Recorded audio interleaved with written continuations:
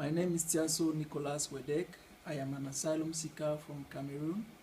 So when I came to Cyprus in search for a program to study which would help me to build up my computer skills, I found Citizens in Power, and we've been coming to the programs now for 3 months. So this project that we did today is the 3D modeling in terms of the 3D printer.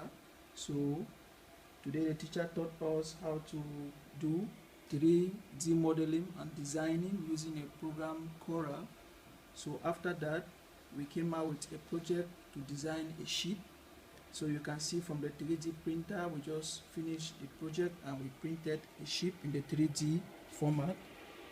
So this is a 3D printer, and also we did programs on the Arduino project, which is on the sensor, detecting distances, as well as temperature, light, and all the like. So with the 3D printer in front of me, this is the PLA cable or device which is used for printing.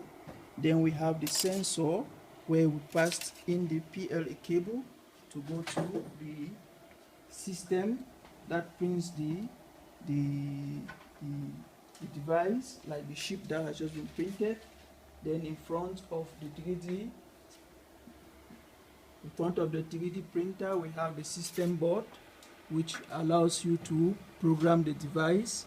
Then we have the tool to set up. And then we also have the printing systems. So before we start the printing, we first of all preheat the system. Here is the bed where your device is being printed on.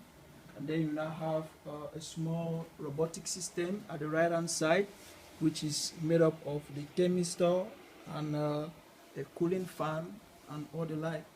So after the printing is finished, we just cool off our 3D printer before we have to turn it off.